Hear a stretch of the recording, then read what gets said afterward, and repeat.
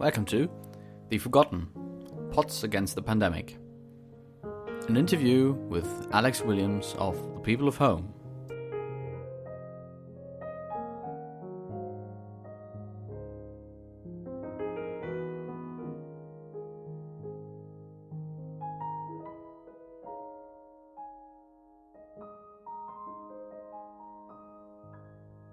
Today I'm joined by Alex Williamns, the host of the great The People of Home podcast. And hello Alex. Hi, how are you fine, doing? Thank you. That's fine. Would you introduce us to your show? Like the basic idea, how it's run, what makes it special, and how the listeners can shape it? Yeah, so The People of Home I would describe it as an interactive audio fiction podcast. So it's really cool.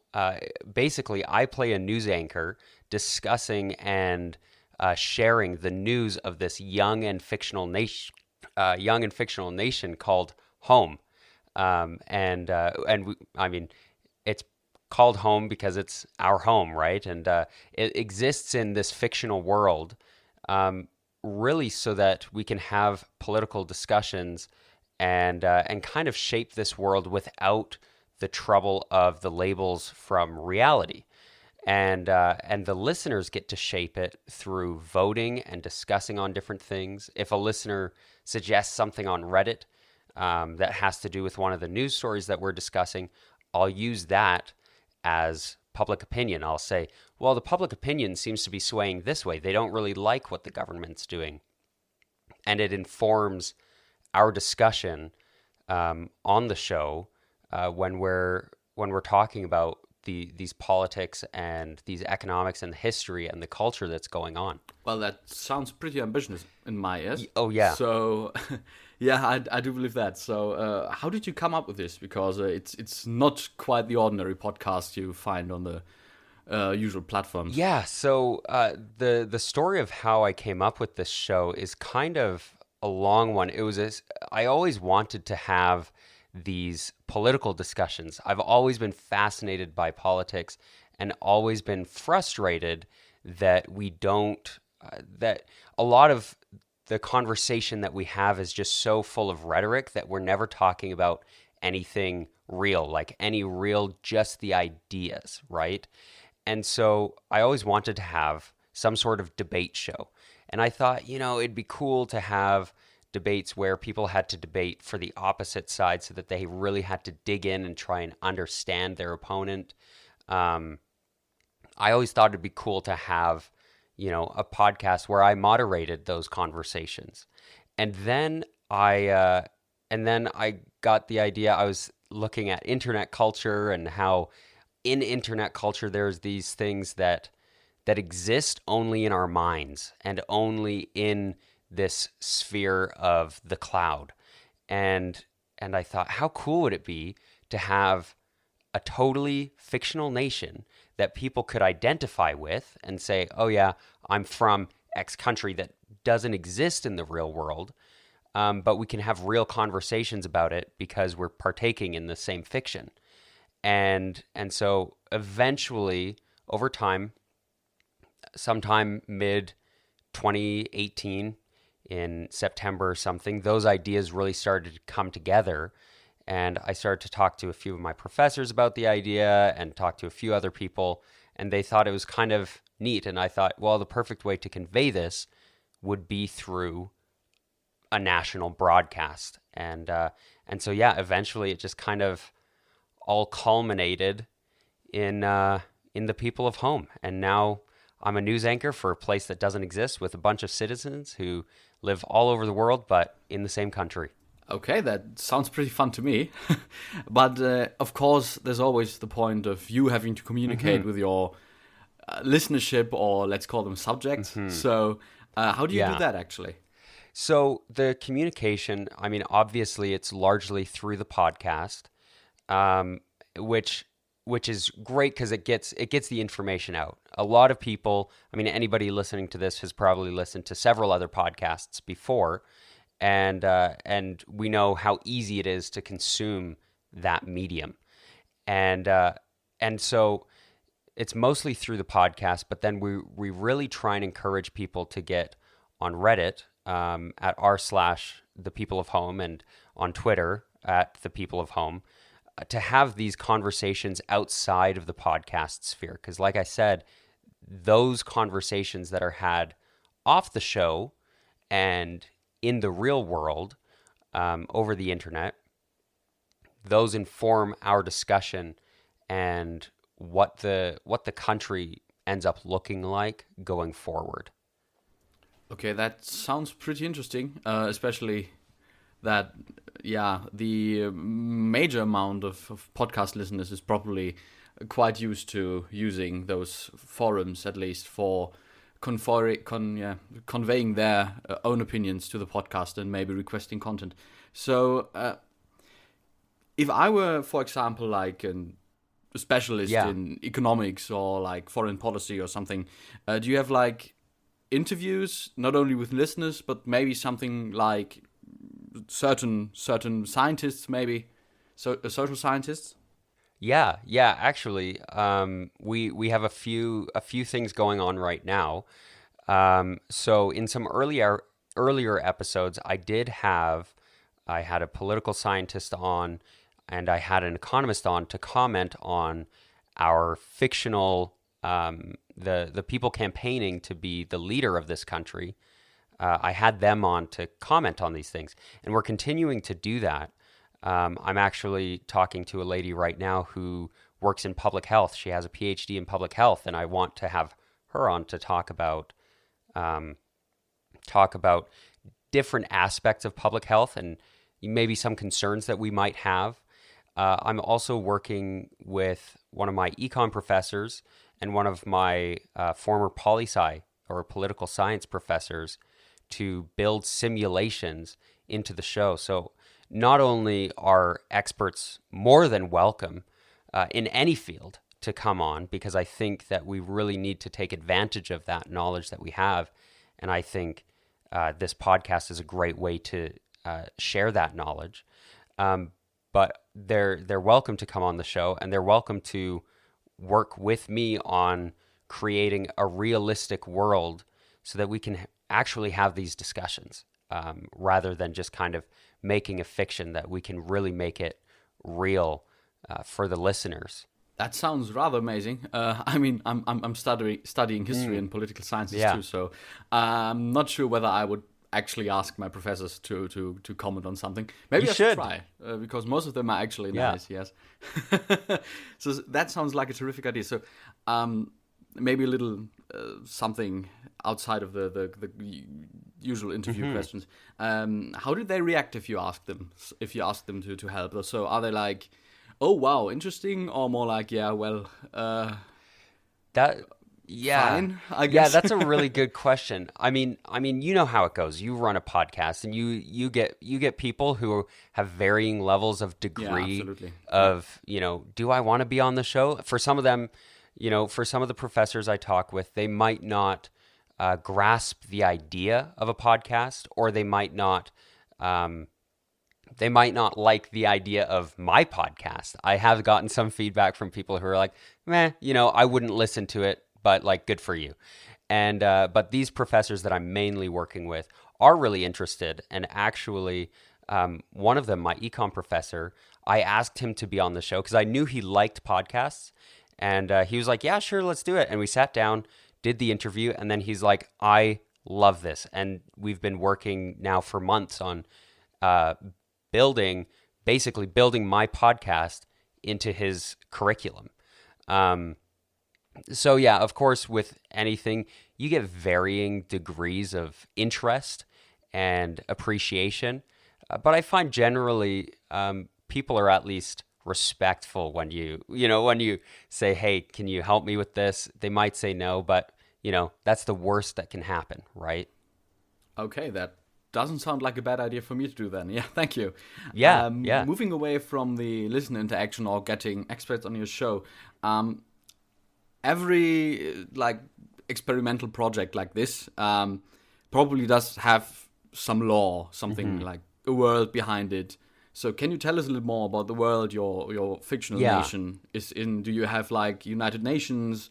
Is there like obvious foreign threats, or do you have allies, something like that, or is that something you will construct going down the road? Yeah, so actually, this is kind of a really cool part of the show. This is my personal favorite part of the show. I love all the, information and the simulations and the education that we provide. But for me, I also love fiction. So the world is actually based on, this is kind of nerdy. It's actually based on my friend's Dungeons and Dragons world. I kind of lifted, because he's done a lot of, like drawing of maps and stuff. And I was like, hey, can I just like use these maps and some of these place names and stuff? And obviously there's no magic in the world like there is in Dungeons and Dragons, but we did, his name's Will, and I kind of lifted it and applied it into this world. As far as what's going on in the world, we do have a United Nations of sorts. It's called the International Slate of Nations, and it's, I mean, it is essentially just the United Nations. We just slapped a different name on it. Haven't dived too much into detail on that, but we hope to coming up here in the future. And then, of course, we have the fiction continues to grow.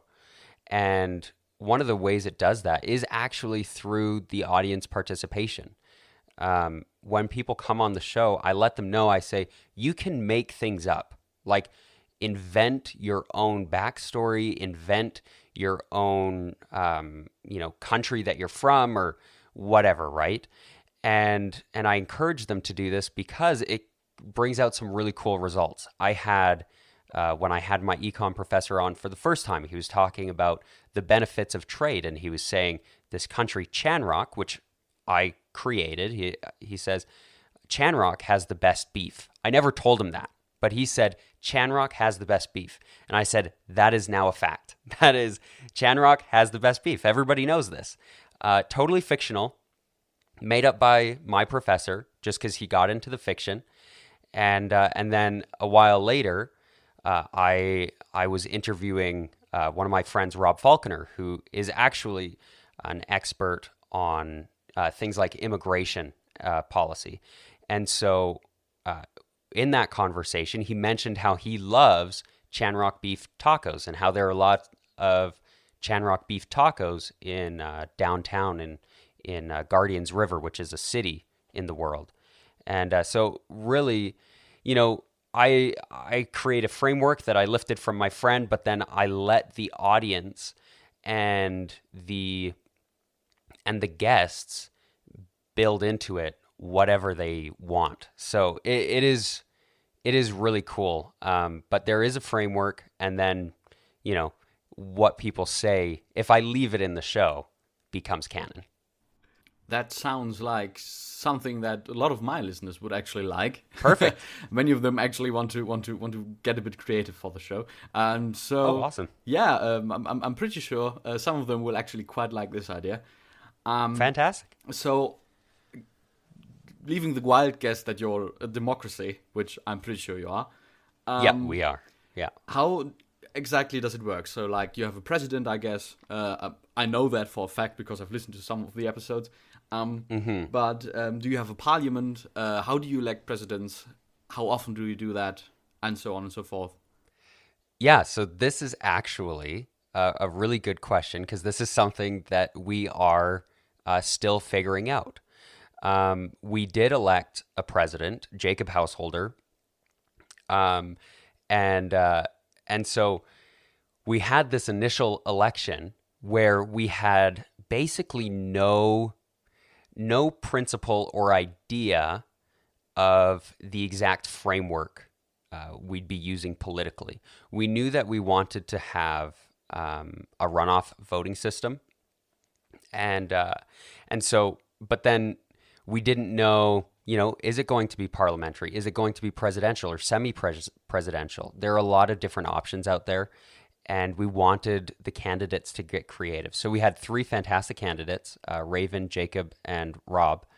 And then they kind of had their own ideas and they presented it, and Jacob wound up winning the election. So right now in fiction, Mr. President Jacob is working on organizing this framework, and he's working on constructing the government in a way that can better serve homies, or the people of home. And so what it'll look like exactly, that's really going to end up being up to the citizens. We don't know. We do have a president, and that's really all we have totally figured out. Right now, there's a constituent assembly that's working on figuring things out, like foreign affairs and things like that. And I kind of use the experts to, tell the story of what's happening in those realms. But yeah, basically, it's a democracy. We have a president, and really the rest of it is going to end up being largely up to the citizens or the listeners. Well, guys, so you heard it. If you ever want to shape a constitution, that might be your only chance. Mm-hmm. So, yeah, sounds great. So we already talked about how you were interested in basically rhetoric-free and maybe ideology-free political conversations. So do you think there's something normative your listeners and yourself maybe can take from this podcast? So do you think it improves everyone's view, or do you hope it improves everyone's view on debate culture, online especially?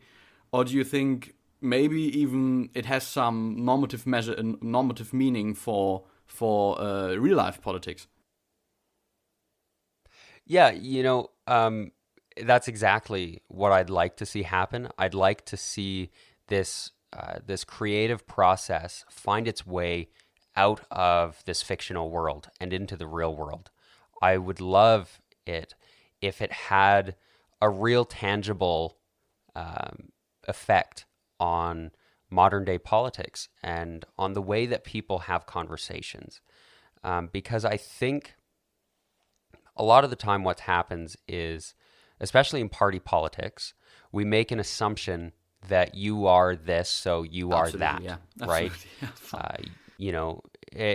If somebody tells you, "Hey, I believe in X," you in your head naturally, because we're human, will say, "Well, that person probably also believes in this because of that." But we could be totally wrong. And so what I hope is that this will make people more open to having conversations with people who they might disagree with on one aspect, but actually really agree and appreciate the views that this person has on another aspect. And so hopefully through this show, we can encourage people to foster those actually productive conversations around politics and economics and all of these things, that they can have these productive conversations in the real world, not just in a fictional podcast. Okay, so that sounds like a rather noble goal. Yeah. I really do hope that you succeed with it, because that's something I guess everybody who's ever watched a discussion on Facebook or Reddit or somewhere has come across. So concerning the podcast itself, what do you think are the greatest challenges for the next time? Well, the challenge around the podcast is trying to fit all of these goals into this show. It's a big thing, and it doesn't really happen without audience participation. And so we're trying to be a few things. We're trying to be entertaining. We're trying to be succinct. We're trying to be fictional. And we're trying to fulfill this lofty goal of, promoting productive conversations. That's really, really the greatest challenge of the show. So yeah, it's trying to fit a lot of content and ideas as well as entertainment into a small package. Okay, so now we come to the dreaded interview question. Where do you see yourself in 1 year or 2 years or whatever time frame you may see fit? You know, I mean, still working on this podcast Obviously. for sure. In 1 year, I will be nearly graduated university, at least the first part of my university career, but still working hard on this show. I hope to have a bigger audience, and I want to do some live political debates. I would love that. If we got some people out, got some people sitting down and having these conversations in front of a live audience, I think it could be really entertaining, especially, with the fact that you can't say things like, well, in Germany or in the United States, well, because they're Democrat or because they're a liberal person, that it doesn't really, it would make the debate really entertaining. So that's where I'd like to see myself in 1 year, is sitting moderating a live debate in fiction. I think that would be super cool. That would be quite cool. Yes, I'm pretty sure with the right listenership, that's absolutely possible. There have been events like this for different history podcasts. So I'm certain this can work. So coming to a close of this interview, is there anything like a special message, a final message you want to send to any potential listeners, anybody who considers joining this project, joining your podcast audience? Yeah, I would say now is the best time to get involved. We're growing and we're really promoting it. Right now, we're having a flag contest, which is super fun. I'm a big fan of vexillology and designing flags, and so we're taking entries right now for anybody who wants to design a flag and, like you said, determine the future of a country. You can help, with the Constitution. You can help with the flag, and the coolest thing, the winner of the flag contest, I will ship them a full-size flag of their submitted design. Okay, that's really cool. Yeah, right? Like, how cool would that be? To get to be the first person to fly the flag of this fictional nation that you joined on. So I really hope that anybody who does listen really gets engaged with it and really feels comfortable participating and joining in on what we're creating here. Okay, well, that sounds like a great message, and I wish I was better at graphics designing, because I really like that flag. But yeah, fine, okay. Hey, you can seriously use whatever tools are available to you. Draw it on paper. Use sticks and stones if you want. You do not want to see this, trust me. I'm not an artistic person. Okay, so yeah, that was Alex Williamns of the great the People of Home podcast. I'm sure you will find all the necessary links and all social media outlets in the description of this episode. Yeah, thank you very much for joining me, and I guess you really found a new listener in me. I'm quite interested to say. Fantastic. Well, thank you for having me. Yeah, no problem. Absolutely. So, yeah, have a nice day then. Goodbye. Thanks.